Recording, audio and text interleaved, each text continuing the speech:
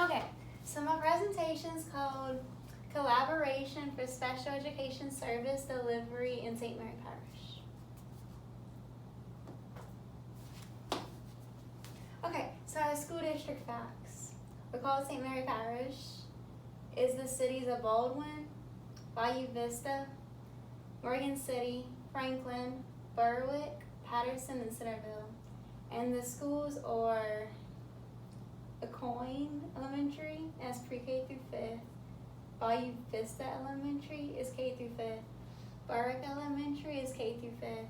Berwick Junior High School is 6th through 8th. Berwick High School is 9th through 12th. Boudreaux Middle is 6th through 8th. Centerville is K through 12. Foster Elementary is pre-K through 5. Franklin High School is 9th through 12. Franklin Junior High is 6th through 8th. LaGrange Elementary School is K through 5th. Maitland Elementary is pre-K through 5. Morgan City Junior High is 6th through 8th. Morgan City High School is 9th through 12. Merriman Elementary is K through 5. Patterson High School is 9th through 12. Patterson Junior High is 5 through 8. Ranger Elementary is pre-K through 5. Hattie Watts is pre-K through 4. West St. Mary High School is 9 through 12. And Wyandotte is pre-K through 5. And there are 9,349 students in the district.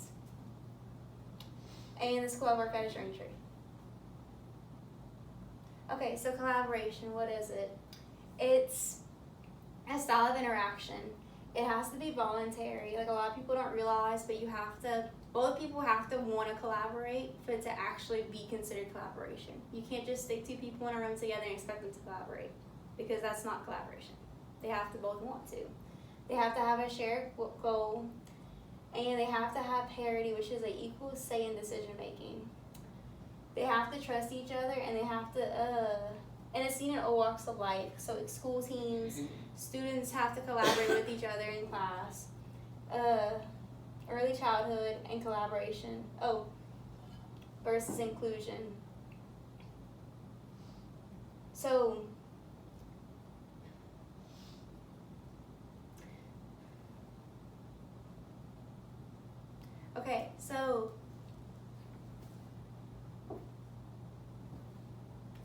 collaboration with parents of students with special needs. So, the SPED teachers collaborate with parents during the IEP meetings, re-evals, initial IEP meetings, and for pupil appraisals. Okay, so teams at school. We have the PBIS team, and it's a school-wide behavior intervention, and they just kind of handle discipline and how we're going to handle discipline as a school. We have the leadership team. They make decisions, and it is made up of teachers from different grade levels. Then we have the SBLC team, and that's School Building Level Committee. And they study data to see what modifications and accommodations would benefit a student. They determine if a child meets the criteria to be evaluated for SPED. They make recommendations to teachers for progress monitoring. They made up of pupil appraisals is the principals, the speech pathologists, 3 504 facilitators, the parents, the teachers, and the child. And the nurse may also be included at times. Okay, so co-teaching. Co-teaching is when you put 2 teachers who are certified professionals in a shared room and a shared instructional environment.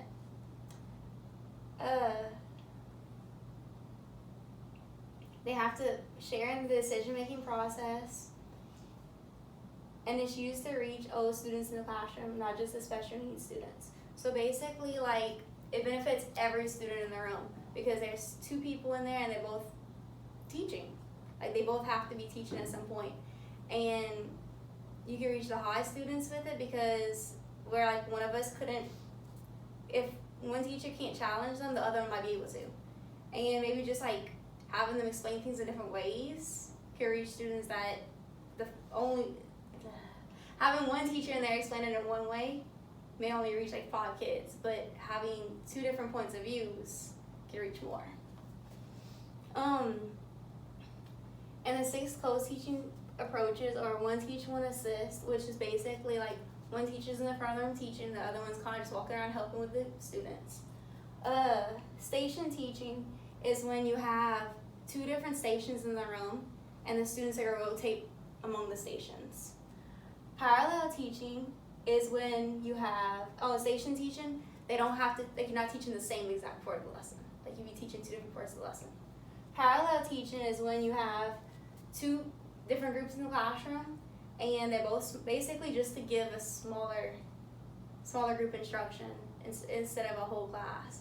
So you have one group in one area and one group in the other area, and they're teaching the same instruction to both groups of students, but it's just to give it a smaller class size. Alternative teaching, team teaching, that relies on flexibility and compatibility. So not everybody can do team teaching. And what it is that you have, like, you just play back and forth on each other, and you take turns teaching the same lesson. But you have to be able, you have to have a good relationship with one another to be able to do it. And it's really hard. But that's probably the most beneficial one. But like I said, not everybody can do it. And then that takes trust, and you really have to share in the decision-making process, and you have to have a shared goal, because if you don't, it's gonna be messy. And then one teach, one observe, and one's teaching and the other one's just kind of observing. They're observing the student work, they're observing the other teacher, and seeing what works and what doesn't work. And that's the one we use, is teaming most of the time. We did good with that. Okay, so co-teaching at Raintree. So it's not very common in our building. The only grade level that does this 4th grade ELA, and it's the SPED research teacher and the regular ELA teacher. And we've only been doing it for over a month, so it's not assessed and it's not monitored, but I think it's going really good, so yeah. Okay, paraprofessionals. So paraprofessionals, or they have a certification, but they're not a teacher. But they can help with instruction at certain times. They help with the RTI process. They can put a small group. They can help with ESL students, SPED students, and they might have a child specific where they stay with one child the whole day, the whole school year. They support teachers in the classroom. Or how it's used at our school is they support teachers in the classroom, and they handle student behavior in the school suspension type of setting. Okay, so the referral and the evaluation process. So, this one's long. Sorry, y'all. So, first off, when you see a student struggling, first you have to start collecting documentation of the skills. And once the data is collected, the response to intervention, so you try different things and see, okay, does this work? Does that work? And everything has to be graphed. Once this data is graphed, it's used to determine if the child has a strength. If the child has a strength, then they can move forward. The student then goes through a pupil appraisal evaluation, and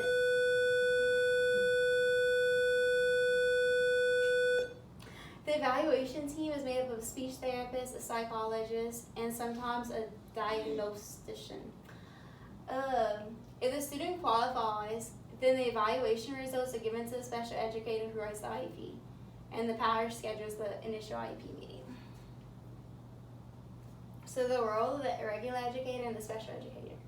The regular educator provides the student with foundation for a grade level content. So they just teach the grade level content however it's supposed to be taught. The special educator can break down the material in a way for the students to get a better understanding, and they can fill in the gaps in learning.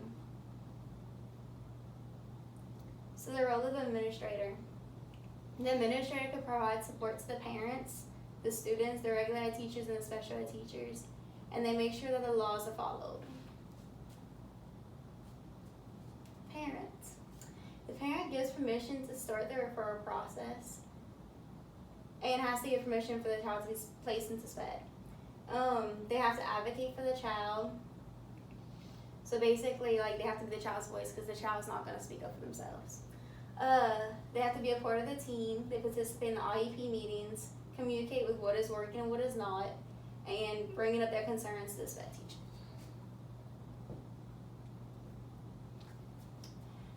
The services delivered at our school are speech therapy, physical therapy.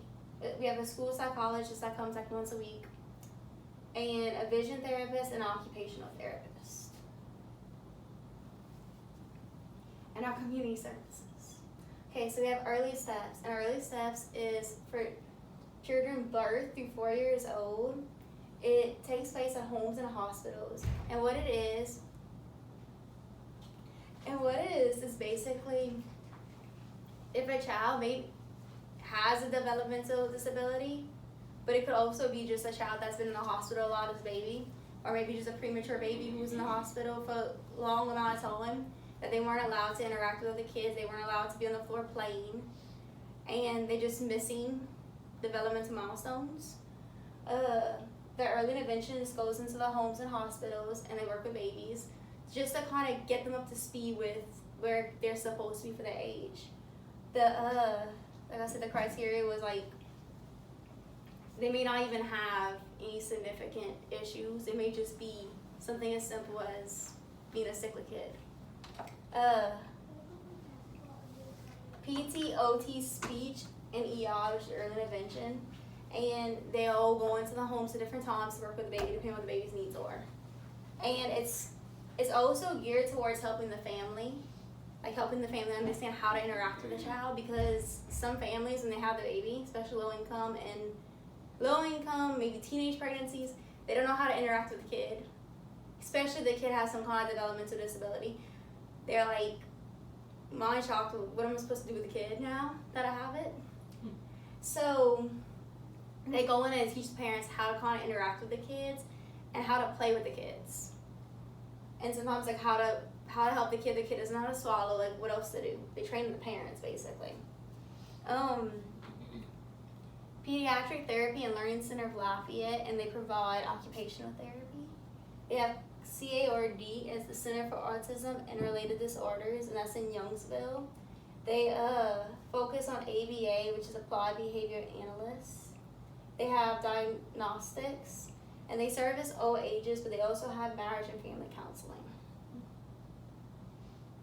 They have the Healing House as counseling for grieving families. I think there's one in Liberia, but there's one in Lafayette too. The for counseling services, and they provide counseling for couples, families, individuals, parents, and play therapy. And play therapy is like basically kids from like, I think 3 to 11 who not necessarily, maybe they don't, it's hard to talk about your feelings. So instead of having them talk about their feelings, they gotta go and just kind of play through their feelings, because that's how you cope. That's how kids cope with how they're feeling, is through play. So that's what play therapy is. They have the Orc of Acadian, and that helps adults with developmental disabilities become active members of the community through career training and career opportunities, assisted living, and day programs. They can go and like interact with each other and socialize. They have Families Helping Families, and that's just a support group, and they help each other like learn how to advocate for their kids. And then the Autism Society of Acadiana, which is a lot like Families Helping Families, and they help with advocating and stuff. But they also have, what I think is cool is they have support group nights. They have like a parent support, like a mom support group. They have another thing that's just for like the siblings, because like they have to deal with it too. It's a whole family. I mean, so they have that, and that's all my research.